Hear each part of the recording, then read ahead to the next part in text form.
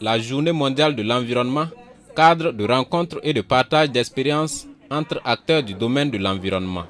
C'est l'occasion donnée par la foire d'exposition de l'édition 2023 de la JME, ici à Zignaré. ONG, associations et sociétés coopératives intervenant dans le domaine de l'environnement présentent leur savoir-faire en mettant en exergue les produits dérivés de l'arbre. Des emballages biodégradables sont également promus au détriment des emballages plastiques non biodégradables. Ce sont des alternatives que nous proposons pour lutter contre la pollution. Voilà, les emballages polluants. Donc, ce sont des alternatives personnalisables, voilà, qui peuvent servir de support publicitaire, voilà, pour ceux qui veulent vraiment se donner une visibilité, voilà, de leur image de marque. Voilà, donc, ce sont des emballages personnalisables. Donc c'est ce que nous avons montré. Voilà, donc c'est des emballages qui sont très visibles quand on fait un marquage publicitaire. L'ONG Action pour la promotion des initiatives locales appelle qui intervient dans des domaines tels que la transformation durable des économies locales et la croissance inclusive, le renforcement organisationnel des petites structures, a pour cette édition de la JME accompagné des femmes intervenant dans la transformation des produits forestiers non ligneux en leur offrant ce stand. Nous avons ici de la citronnelle séchée. Ça, ce sont des graines de moringa. Ici, c'est la poudre des feuilles de moringa. Ici, ce sont les feuilles même de moringa séchées. Ça, c'est les feuilles de balanites. Nous accompagnons ces femmes-là, ce n'est pas seulement dans la transformation, c'est dans la gestion aussi des ressources naturelles. Nous leur avons inculqué des valeurs donc, de la RNA, la régénération naturelle assistée. Donc, elles ne vont pas enlever ces PFNL-là au hasard. Et il y a la technique de la RNA qui sera utilisée pour prendre soin de l'existant et aussi s'assurer que nous ayons aussi des espèces que nous protégeons. Les projets et programmes gouvernementaux ne sont pas en marge de cette foire d'exposition de la JME.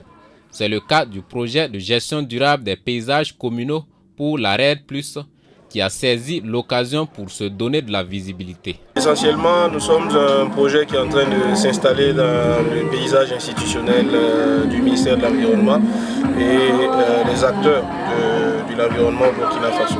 Donc notre objectif en participant à cette foire, c'est de nous faire connaître à travers nos outils de communication.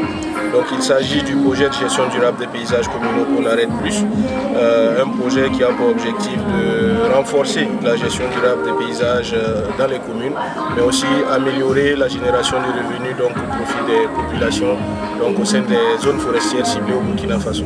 L'édition 2023 de la JME a été parrainée par la société Wenpanga et Sim Metal qui montrent par là leur engagement à faire de la responsabilité sociétale des entreprises une réalité. Nous sommes une unité de production de fer à béton et dans le processus de fabrication des industries, notamment de l'usine dans laquelle nous sommes, nous avons un regard très particulier sur la gestion des déchets et aussi la préservation de l'environnement. Donc dès lors que la DGPE nous a approchés pour l'accompagner dans l'organisation de cet événement qui a pour principal but de voir tout ce qu'il y a comme recyclage et gestion de la pollution plastique de façon spécifique et de la pollution de façon générale.